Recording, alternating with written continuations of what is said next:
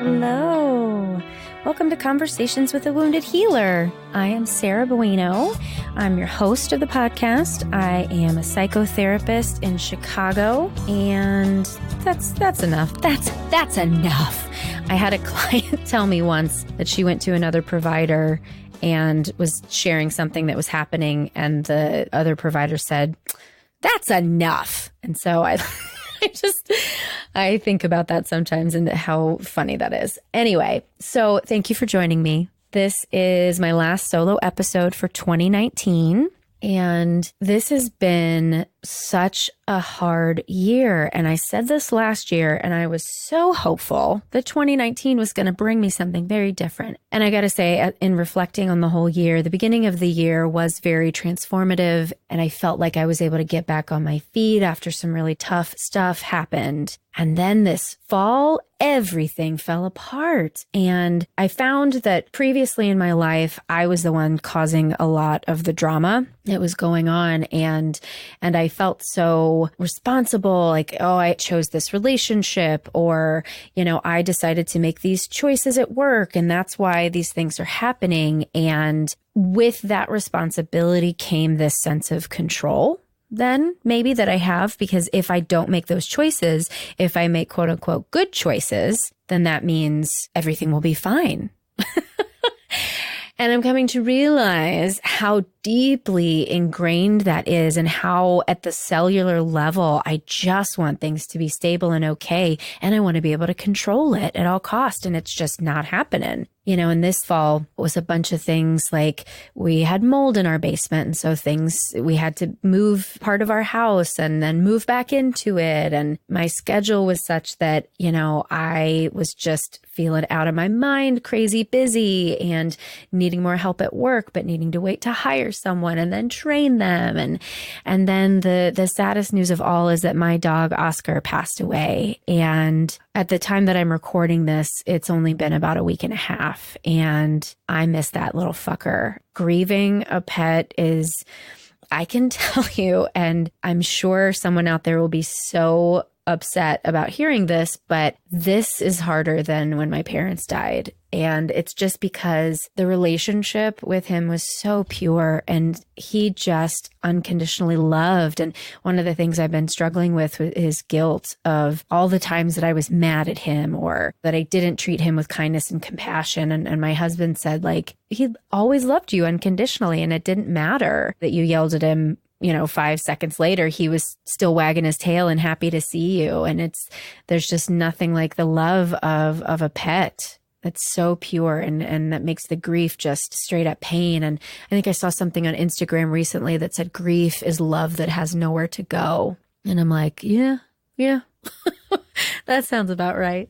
And then the other realization that I've had about the past few months is, y'all have heard me talk about NARM a trillion times already, because I'm obsessed with it, and in the training process, and also receiving the therapy. And what I finally recognized the other day, which is so funny, I was like, oh, I am doing trauma work right now on myself. And how destabilizing that is. And part of what's happening for me is, as I feel like I'm really getting to these deeper layers of the conditioning from my childhood, right? And NARM talks about it as survival styles, these ways that we figure out how to survive based on what we've been through in our early life. And one of my survival styles is perfectionism. And I can just tell you that I'm being called right now to let that go. And my ego does not want to let it go of this fear of not being safe. And it's funny, I wanted to share with you the title of this book and author. It's called Gold Mining the Shadows, and the author is Pixie Lighthorse. The things that are so transformative in my life, I literally cannot tell you how I found them. I literally do not know how I found this book. It just somehow came across something somewhere, and I buy books on Amazon like it's my job. And I just put it in my cart, and it arrived one day, and I was like, oh, I'll check this out. This seems cool. And as I was reading it, I'm like, oh, because she talks about shadow work. And essentially what it is it's trauma work. And as I'm reading this, I'm just relating to it and going, oh, this is why I feel batshit crazy right now.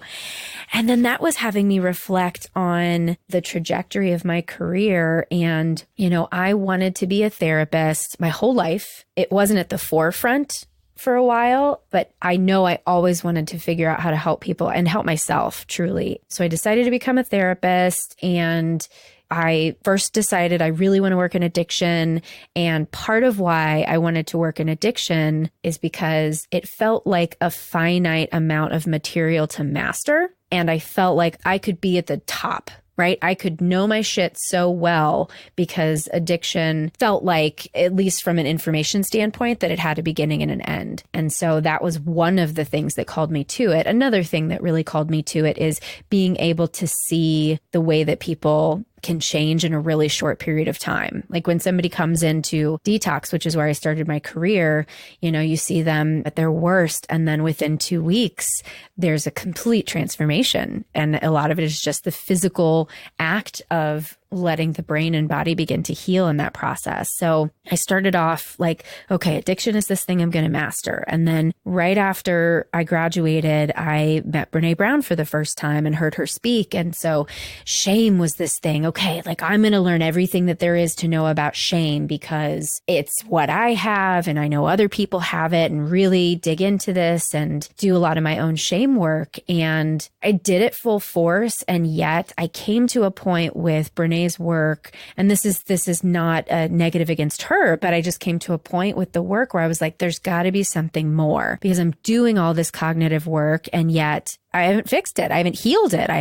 It hasn't moved. The shame is just so great. And now finding NARM and doing this trauma work, it's interesting because I've always given a lot of reverence to people who've struggled with addiction and who have found transformation through sobriety. I think now that I'm in this trauma work myself, I think part of the reverence has been they did a transformative healing experience that I have not done. And now that I am in this place of doing this transformative healing experience, I'm like, oh, this is really what it means to do your own work. I mean, I've been in therapy since before I became a therapist and always committed to that process. But there's just something about the trauma work that is getting to this, oh my God, deep level. And right now I am exhausted. I'm tired. It's been hard. And God, I just finished a really great interview that I can't wait to release to you in the beginning of 2020. And I'm coming out of that interview with is just feeling like this is it. This is what we're supposed to do.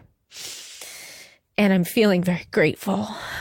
And all of these things can exist at the same time. The fear, the sadness, the hurt, the exhaustion, and the gratitude, and the knowing that things are going to be okay, and the faith. I'm just kind of in awe of what it means to be human right now. I really, truly can't thank you enough for joining me on this journey. And I sure hope that 2020 has a ton of blessings for all of us. We are going to be taking a little bit of a break for the holiday, as most people do, I guess. I'll still be working, but that's the 3 in me that I'm hoping to shift.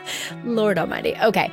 But we are going to be taking a little bit of a break for several weeks, but I just really appreciate you joining me on this journey. And I can't wait for all of the exciting things that are going to happen in 2020. So thank you, as always, to the Creative Imposter Studios for editing, to Liam O'Donnell for our album art, and to Ben Mueller for our theme music. You can find us anywhere that you listen to podcasts or www.headhearttherapy.com/podcast. Until next time, bye-bye.